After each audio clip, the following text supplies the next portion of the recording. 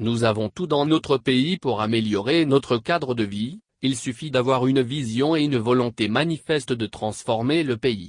L'état catastrophique dans lequel baignent nos marchés, surtout le grand marché de Lomé, celui de Tzranoé et les marchés périphériques, est plus que révoltant. Savoir que c'est en ces lieux que nos sœurs et frères travaillent, dépasse tout entendement.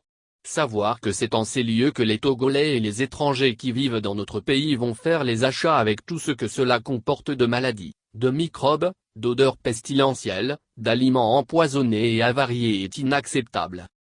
J'ose croire que ce pays est dirigé par des gens propres, élégants et soucieux d'un cadre de vie sain. J'ose croire que leurs domiciles sont propres, rangés, sains. Alors pourquoi laissent-ils nos marchés dans cet état désastreux, honteux, alors que des individus perçoivent des taxes tous les jours? Il y a une structure nommée EPAM qui a la gestion des marchés de la ville de Lomé et placée sous l'autorité du ministère de l'administration territoriale. Que fait-elle exactement? Le marché de Tzranoé, qui se trouve dans un état piteux, est à quelques centaines de mètres de la présidence et de l'Assemblée nationale. C'est en plus le tronçon qu'emprunte souvent Forgna Simbé. Est-il au courant de ce désastre qui renvoie l'image d'un pays en déconfiture, totalement dans la boue?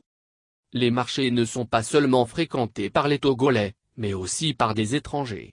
Il faut écouter ce que disent ces derniers. Qui est fier de cette situation? Et pourtant nous avons les ressources ici pour changer le visage abîmé de ce pays.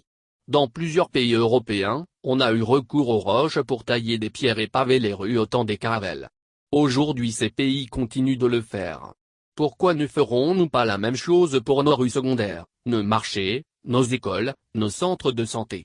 Au lieu de vendre les carrières aux étrangers, pourquoi ne mettons-nous pas nos jeunes au travail en exploitant ces carrières pour tailler des pierres et paver nos rues? Imaginez le nombre d'emplois qu'on pourrait créer dans ce pays avec un tel projet. Vivement un jour. Mais en attendant, ceux qui ont la gestion de notre pays doivent mettre fin à cette situation de désastre total de nos marchés. Bonne journée.